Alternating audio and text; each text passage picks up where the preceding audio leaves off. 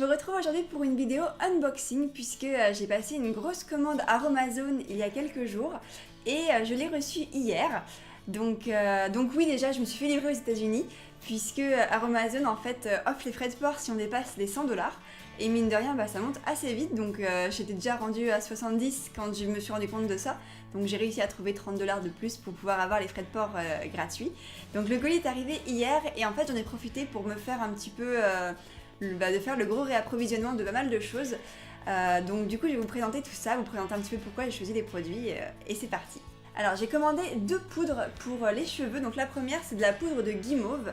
Donc la poudre de guimauve, j'en entends pas mal parler sur les réseaux sociaux, sur YouTube notamment, puisque c'est une poudre qui a tendance à avoir pas mal d'effets bénéfiques et sur la peau et sur les cheveux. Alors sur la peau ça va être beaucoup pour de l'hydratation et voilà, pour un soin, pour faire des masques, mais surtout pour les cheveux puisque la poudre de guimauve va vraiment venir apaiser le cuir chevelu.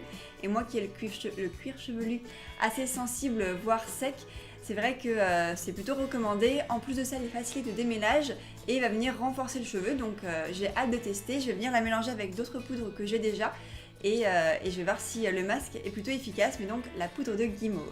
La deuxième poudre que j'ai commandée, c'est de la poudre de Cashur Sugandhi, un truc comme ça.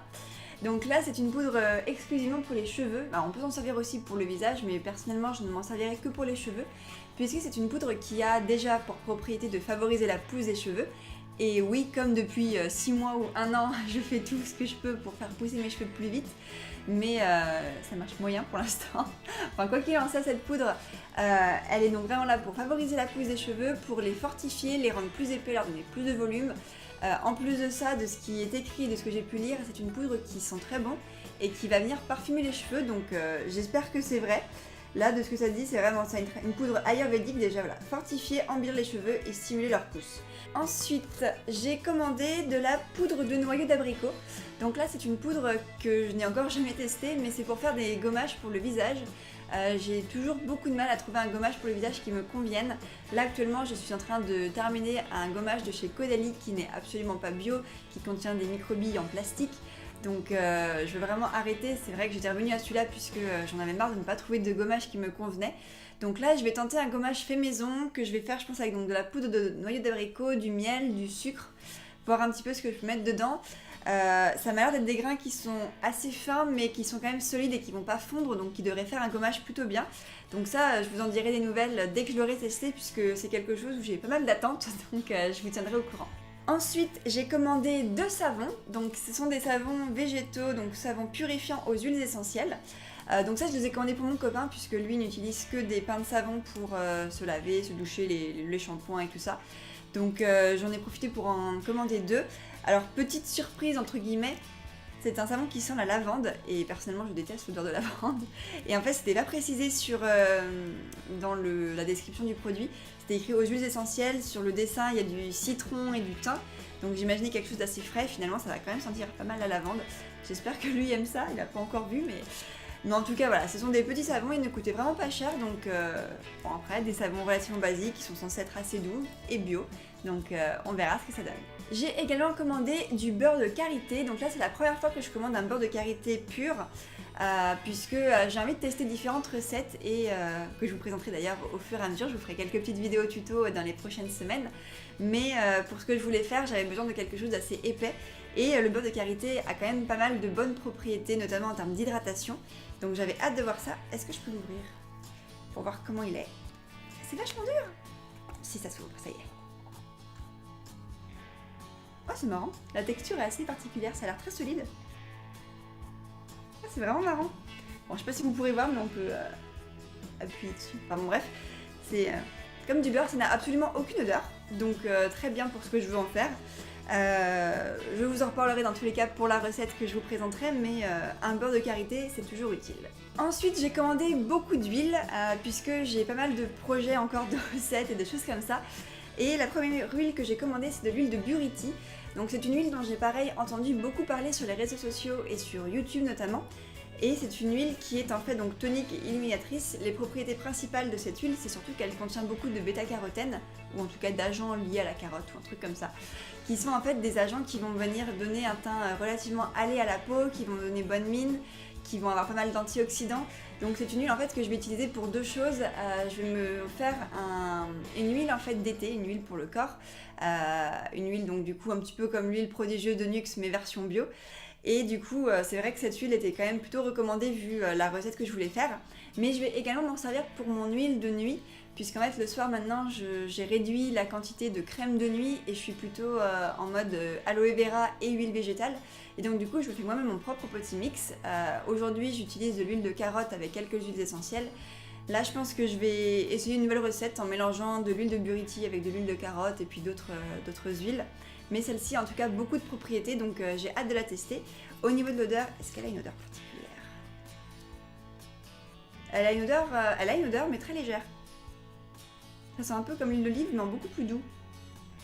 En tout cas, l'odeur est très agréable, donc on verra ce que ça donne sur la peau et sur le visage. Mais en tout cas, c'est une huile qui m'a l'air plutôt pas mal. Seconde huile végétale, c'est de l'huile de carotte. Donc là, pas de nouvelles, hein, c'est une huile que je commande et que je recommande. C'est une huile que j'utilise principalement donc, pour mon huile de nuit, puisque voilà, elle a tendance à donner bonne mine. En plus de ça, elle a une odeur qui est assez agréable, si je me trompe pas. Bon, une odeur qui est assez neutre en fait. Parce que ça doit être mes huiles essentielles qui donnaient une bonne odeur. Mais quoi qu'il en soit, c'est une huile qui a beaucoup de propriétés également, qui est très riche en antioxydants. Donc je continue à l'utiliser pour une huile de nuit. Et je pense que je vais également la mélanger un petit peu pour mon huile pour le corps, l'huile d'été, en espérant que voilà, ça donne un petit peu un teint hâlé et que ça fasse un petit effet auto-bronzant. Ensuite, j'ai également pris de l'huile d'onagre, qui là est une huile que je vais utiliser uniquement sur le visage, puisque c'est une huile qui a énormément de propriétés au niveau de la régénérescence cellulaire, tout ce qui va être vieillissement de la peau, petites ridules, ce genre de choses. Donc là, je vais l'utiliser pour toujours mon huile de nuit, puisque cette huile a beaucoup de propriétés, de ce que ça dit, régénérante par excellence.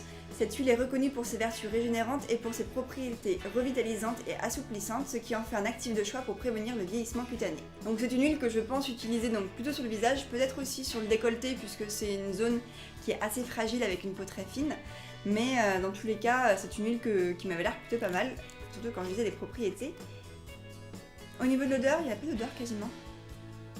Ça sentirait presque le citron, mais très très légèrement. Donc encore une fois, une huile qui a une odeur très neutre, donc c'est plutôt positif, comme ça ne sera pas dérangeant sur la peau. On continue toujours dans les huiles avec de l'huile de macadamia. Donc là encore, c'est la première fois que j'en achète, mais j'en ai beaucoup entendu parler. C'est une huile qui est très très riche, qui hydrate énormément. Donc là, je vais m'en servir principalement pour le corps, puisque pareil, je voudrais arrêter d'utiliser des crèmes. Je trouve que les crèmes, il y a finalement beaucoup d'eau dans les recettes. C'est pas forcément non plus très écologique, puisqu'il en faut beaucoup. Il y a le packaging et tout ce qui va avec. Et je trouve que ça hydrate pas plus que ça, alors qu'une huile, je trouve que ça va. Et si on choisit les bonnes huiles, qui sont des huiles qui sont relativement sèches ou qui pénètrent vite, on a une hydratation qui va être plutôt longue durée et qui va être agréable, avec on va dire un fini sur la peau agréable. Donc l'huile de macadamia avait l'air de bien s'y prêter. En plus de ça, dans ce que j'ai pu lire, c'est une huile qui est également bien pour les vergetures. Donc je ne suis pas enceinte ou voilà. Mais je me dis que si c'est bien pour les vergetures, c'est que ça doit être quand même plutôt pas mal au niveau de la peau de manière globale, peut-être pour la régénérescence cellulaire, ce genre de choses. Quand on lit la description, ils disent quoi? Cette huile est connue pour ses propriétés restructurantes, nourrissantes et adoucissantes exceptionnelles. Très fluide, elle pénètre facilement sans laisser de film gras. Donc c'est idéal pour une huile pour le corps. Donc là pareil, je pense que je vais m'en servir en grande quantité. Au niveau de l'odeur, ça donne quoi? Oh, ça sent le chocolat!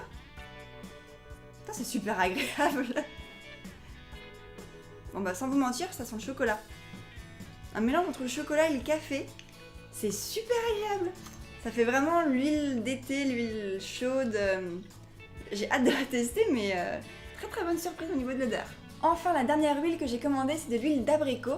Donc c'est une huile que j'utilise depuis maintenant quelques années pour le démaquillage. C'est une huile que je trouve géniale. J'ai testé plusieurs huiles pour le démaquillage, notamment l'huile de coco dont j'entendais beaucoup parler. Et je trouve que l'huile de coco n'est pas du tout adaptée pour le démaquillage. Je la trouvais beaucoup trop liquide. Ok, le côté solide en dessous d'une certaine température, ça pouvait être pratique pour l'attraper. Mais au final, mettre les doigts dans le pot alors qu'on peut avoir des restes de maquillage, c'était pas très hygiénique.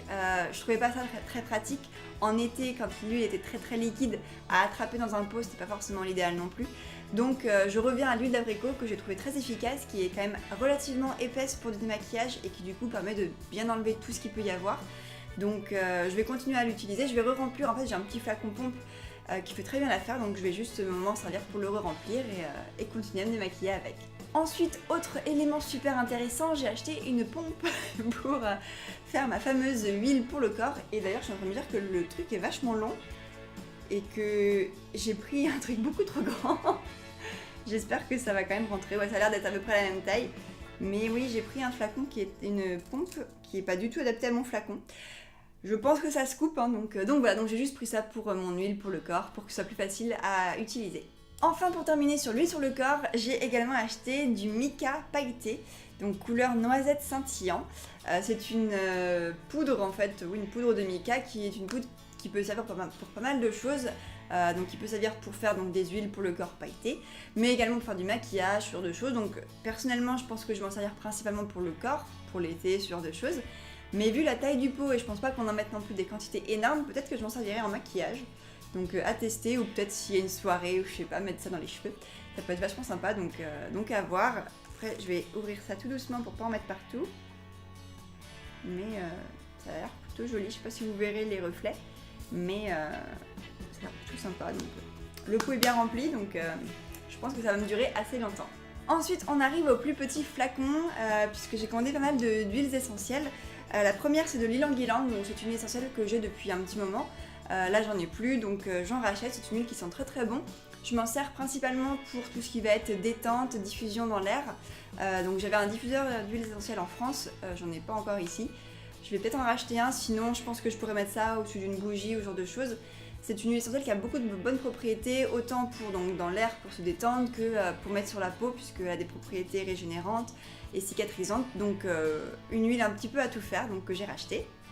J'ai également acheté du thym vulgaire à thymol, donc huile essentielle de thym vulgaire à thymol, c'est un nom très original. Donc là c'est une huile essentielle plutôt côté santé pour tout ce qui sera rhume, ce genre de choses, tout ce qui est voie respiratoire, et de manière globale le thym a quand même pas mal de propriétés antibactériennes, purifiantes, donc ça sert toujours quand on est malade. On ne sait jamais ce qui peut arriver, surtout ici il y a beaucoup de climatisation, donc on peut vite attraper froid. Je vois, mon copain a été malade quasiment les 3 premières semaines, on était ici à cause de la clim, donc je me dis c'est toujours bien d'avoir des huiles pour la santé, pour se soigner au cas où. Ensuite, j'ai commandé une huile essentielle de camphrier, donc là encore c'est une huile essentielle pour la santé, principalement pour tout ce qui va être voie respiratoire, qui va aider à pas mal de choses. Donc j'ai commandé pas mal d'huiles essentielles pour la santé, pour faire mon petit stock. Je pense que je me ferai des petites synergies d'huiles essentielles quand les moins beaux jours commenceront à arriver, et si voilà, on commence à être un petit peu plus malade, pour se purifier, pour aider le corps et les anticorps et tout ça pour être en forme pour l'automne. Donc voilà, encore une huile essentielle pour la santé. Huile essentielle suivante de l'eucalyptus radié, là encore huile pour la santé, pour les bronches. C'est une huile que j'ai déjà commandée, qui sent très très bon d'ailleurs. J'aime aussi en diffuser des fois dans la pièce, dans la chambre surtout, pour purifier l'air, donc elle sent très bon, elle a une odeur très fraîche. Donc une huile un petit peu à tout faire également. Ensuite, j'ai de l'huile essentielle de marjolaine à tujanol. Donc là encore, une huile santé. Donc quasiment toutes les huiles essentielles que j'ai commandées en termes santé sont principalement pour les voies respiratoires, puisque c'est là où je vais plus avoir tendance à utiliser des huiles essentielles pour me soigner. C'est vrai que pour d'autres maux, je vais peut-être plus prendre des médicaments conventionnels. La respiration, c'est vrai qu'il n'y a pas forcément de médicaments dans le commerce pour soigner ça. Donc je préfère y aller on va dire y aller de façon naturelle. Donc huile essentielle de marjolaine qui a aussi des propriétés voilà, pour la santé et antibactérienne et tout ça. En huile essentielle, j'ai également commandé 2 grands pots. Le premier, c'est de l'huile essentielle de gingembre. C'est une huile essentielle que j'aime beaucoup et qui a énormément de propriétés, et beaucoup de propriétés insoupçonnées, puisqu'on connaît le gingembre pour les propriétés aphrodisiaques. Donc pas vraiment testé à ce niveau-là, mais probablement que ça fonctionne. Moi je m'en sers pour 3 choses principales. La première, c'est que ça sent très bon. Donc c'est vrai que c'est une huile essentielle que je peux mettre de temps en temps, juste un peu comme un parfum. Mais c'est surtout une huile essentielle qui est très efficace pour les maux de ventre et pour les douleurs musculaires. Donc je vois notamment quand j'ai mes règles et que j'ai des crampes, ou que voilà, j'ai mal au ventre de manière globale. C'est une huile essentielle où je vais mettre quelques gouttes mélangées avec de l'huile végétale et que je vais venir appliquer donc en massage sur le ventre. C'est très efficace, et également pour tout ce qui va être douleur musculaire, par exemple quand j'ai des courbatures, ça marche plutôt pas mal aussi. Donc en général je la mélange avec de l'arnica pour les douleurs musculaires. Non, c'est pas de l'arnica, l'arnica c'est pour les bleus. J'ai oublié, mais j'en ai une... Non, c'est... Je vous remettrai le nom dans la vidéo, j'ai oublié le nom de l'huile essentielle que j'utilise pour les courbatures et tout ça, mais enfin peu importe. L'huile essentielle de gingembre a pas mal de propriétés, donc je vous invite à vraiment vous renseigner dessus puisqu'elle a vraiment beaucoup de propriétés insoupçonnées et elle est très très efficace. La deuxième huile essentielle que j'ai commandée en grande quantité, c'est de l'huile essentielle de menthe citronnée. Donc là, c'est une huile essentielle que je n'ai jamais testée encore, mais j'avais déjà testé la menthe poivrée. Et c'est vrai que j'adore l'odeur de la menthe, j'adore l'odeur du citron, donc je me dis que menthe citronnée, ça doit sentir plutôt bon. Et là, pareil, je l'ai acheté pour deux raisons. La première, c'est parce que elle a des propriétés en termes de santé pour toujours les voies respiratoires. Mais c'est également une huile essentielle qui va être tonique et équilibrante, donc en diffusion, qui va venir un petit peu booster le système immunitaire, booster les énergies positives et tout ça. Donc j'en ai lu pas mal de bonnes choses, donc j'avais envie de la tester. Et vu que j'aime bien l'odeur, enfin je dis que j'aime bien l'odeur, je ne l'ai pas encore senti, on va voir. J'ai voulu la prendre en grand flacon, voyons voir ça. Odeur très très agréable, ça sent vraiment la menthe en fait. On sent finalement peu l'odeur du citron, mais je la prenais à la base pour l'odeur de menthe, donc c'est une odeur très fraîche et qui ira très bien pour les différentes utilisations que je voudrais en faire. Ensuite, en dernier petit pot, j'ai un petit flacon d'huile de vanille, donc là c'est de l'huile végétale et non pas de l'huile essentielle. Et là cette huile de vanille, c'est juste pour faire mon huile pour le corps pour l'été, je voulais une huile qui sente quand même plutôt l'été, et pour la parfumer, j'ai acheté donc de l'huile essentielle de l'huile de vanille. Petite quantité, ça suffit car c'est une huile qui sent très très fort, j'en ai déjà testé dans le passé, une huile qui sent très très bon, donc j'aime beaucoup l'utiliser soit pour le corps soit pour les cheveux, donc je pense que vu la quantité que j'ai, je ferai à peu près moitié-moitié, une huile pour le corps, une huile pour les cheveux, et comme ça ce sera très bien. Et dernier produit que je n'avais pas vu quand j'ai sorti les produits au fur et à mesure, j'ai également acheté de l'huile de Monoi, donc Macérat huileux de Monoi. Là encore, c'est une huile que j'ai achetée principalement pour son odeur, même si je ne l'ai pas sentie encore. Mais l'huile de Monoi a quand même une propriété qui sent très très bon. Et c'est principalement pour faire mon huile pour l'été, puisque je veux une huile qui sent bon, qui sent l'été. Et le Monoi, c'est quand même réputé pour. Donc on va quand même vérifier qu'il n'y a pas mensonge sur la marchandise. Ça sent tellement bon. Alors c'est marrant parce que ça sent pas le Monoi des supermarchés. Ça fait très floral. En même temps, le Monoi, c'est à la base, c'est une fleur, c'est les fleurs de tiaris si je ne me trompe pas. Donc c'est une odeur qui sentait très très bon. Donc je pense que mélanger cette huile avec l'huile de vanille, les paillettes et puis les différentes huiles pour le corps, je pense qu'on va être plutôt pas mal. Donc voilà, ce sont tous les produits que j'ai commandés. Ça fait quand même pas mal de choses, surtout pas mal d'huile. Là, je pense que j'ai de quoi faire pour au moins la fin de l'année. Donc à savoir les 6 prochains mois, et je pense que j'en aurai même un peu plus. Mais c'est vrai que voilà, j'ai envie d'aller dans une démarche un peu plus de produits bruts, moins de crème, moins de produits transformés. Et je préfère faire mes mélanges moi-même pour avoir des propriétés différentes en fonction des huiles et en fonction de ce que je veux en faire. Donc j'espère que tout ça, ce sera efficace. En tout cas, j'espère que cette vidéo vous a plu. N'hésitez pas à vous abonner pour d'autres contenus. Moi, je vous souhaite une très bonne journée et je vous dis à très bientôt pour la prochaine vidéo. Bye!